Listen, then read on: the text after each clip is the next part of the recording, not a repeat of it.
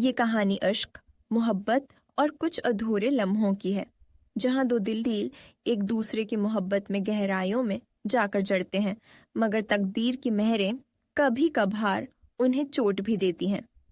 عائشہ ایک خوبصورت اور پر اعتماد لڑکی تھی جو زندگی کی راہوں میں خوشیوں کی تلاش میں تھی۔ اس کی ملاقات زین سے ایک کالج کے فنکشن میں ہوئی، جہاں پہلی نظر میں ہی محبت کا احساس ہوا۔ زین ایک دلکش نوجوان تھا جس کی آنکھوں میں چمک اور دل میں خواب تھے۔ دونوں کی نظریں ملیں اور ایک دوسرے کی طرف کھنچتے چلے گئے۔ کچھ دنوں بعد زین نے عائشہ کو ایک خوبصورت کافی شاپ میں ڈیٹ کے لیے مدعو کیا۔ عائشہ جب وہاں پہنچی تو زین پہلے سے اس کا انتظار کر رہا تھا۔ انہوں نے چائے کی چسکیاں لیں، ہنسی مذاق کیا اور ایک دوسرے کے ساتھ وقت گزارتے رہے۔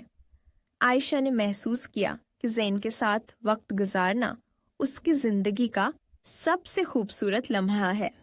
ڈیٹ کے بعد زین نے عائشہ کو گھر چھوڑتے ہوئے نرمی سے ہاتھ پکڑ کر کہا، عائشہ، میں تمہیں بہت پسند کرتا ہوں۔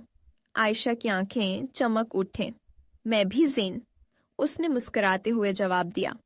وقت گزرتا گیا اور دونوں کی محبت کی گہرائیوں میں اضافہ ہوتا گیا۔ ایک دن زین نے عائشہ کو سمندر کے کنارے چلنے کے لیے مدعو کیا۔ چاند کی روشنی میں سارا ماحول خوابناک ہو گیا۔ زین نے عائشہ کا ہاتھ پکڑ کر اس کی آنکھوں میں جھانکتے ہوئے کہا، یہ لمحہ ہمیشہ کے لیے یادگار ہونا چاہیے۔ پھر اس نے عائشہ کے لبوں کو نرم سے چوم لیا۔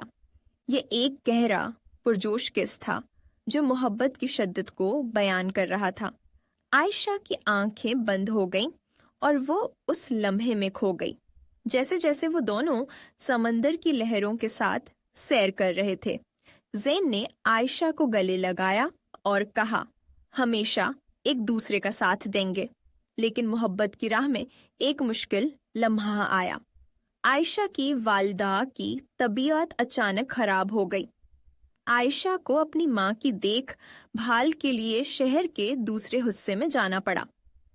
زین نے عائشہ کو تسلی دیتے ہوئے کہا، میں تمہارے ساتھ ہوں، چاہے حالات کیسے بھی ہوں۔ مگر عائشہ کی ذہنی حالت کافی خراب ہو گئی۔